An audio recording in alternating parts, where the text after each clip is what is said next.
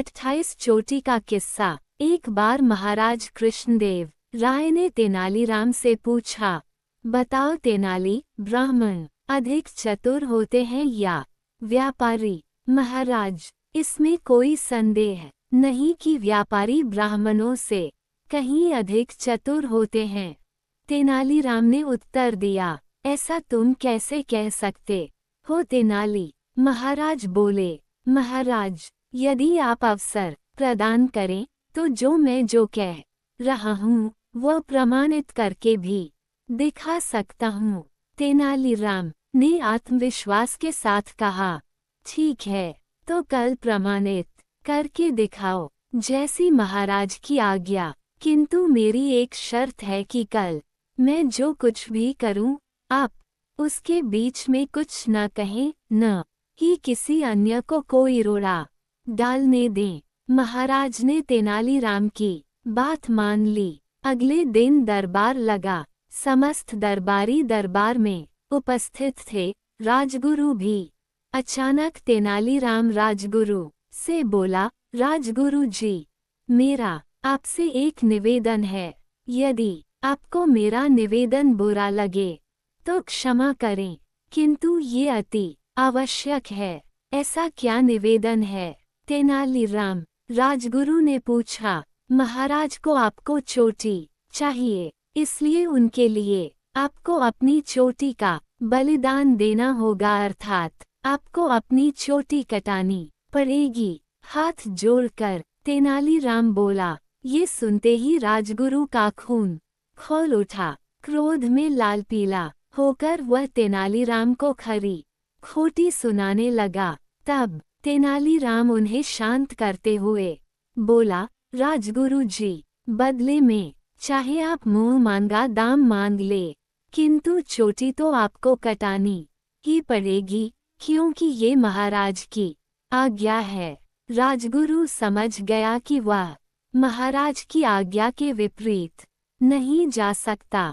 फिर चोटी का क्या है, वो कुछ दिनों में पुनः उगाएगी। वह सोचने लगा कि इसके बदले उसे कितनी स्वर्ण मुद्राएं मांगनी चाहिए। कुछ देर सोचने के बाद वह बोला, ठीक है, यदि ऐसा करना अति आवश्यक है तो मैं अपनी चोटी कटवाने तैयार हूँ।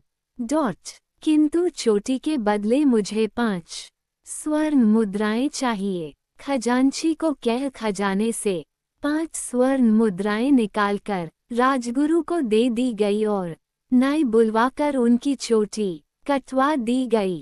कुछ देर बाद नगर के सबसे बड़े व्यापारी को बुलवाया गया।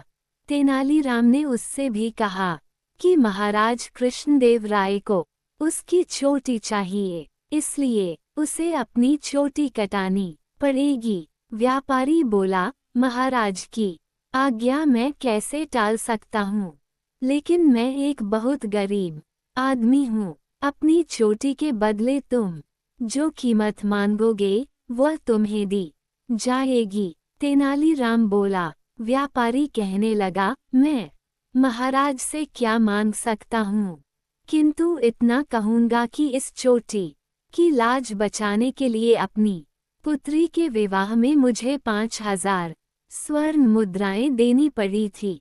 फिर अपने पिता की मृत्यु के समय भी इस चोटी को बचाने के लिए मुझे 5000 स्वर्ण मुद्राएं खर्च करनी पड़ी थी। उद्धरण चिन्ह डॉट। तो ठीक है, तुम्हें 10,000 स्वर्ण मुद्राएं।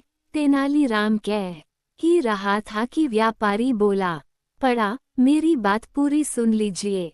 श्रीमान, आज भी बाजार में इस चोटी के बदले मुझे 5000 स्वर्ण मुद्राएं आसानी से उधार मिल जाएंगी। अपनी चोटी पर हाथ फिराते हुए व्यापारी बोला, तो इसका अर्थ है कि तुम्हें अपनी चोटी के बदले 15,000 स्वर्ण मुद्राएं चाहिए। तेनालीराम ने पूछा, अब मैं क्या कहूँ?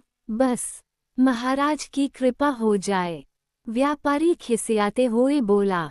तुरंत खजाने से 15,000 स्वर्ण मुद्राएं निकालकर व्यापारी को दी गई। नाई तो पहले से ही दरबार में उपस्थित था। व्यापारी अपनी चोटी कटवाने बैठ गया। नाई भी उसकी चोटी काटने आगे आया, लेकिन जैसे ही उसने व्यापारी की चोटी काटने उस्तरा निकाला, व्यापारी तुनक कर बोला, ए नाई, जरा देख के भूलना नहीं कि ये महाराज की चोटी है।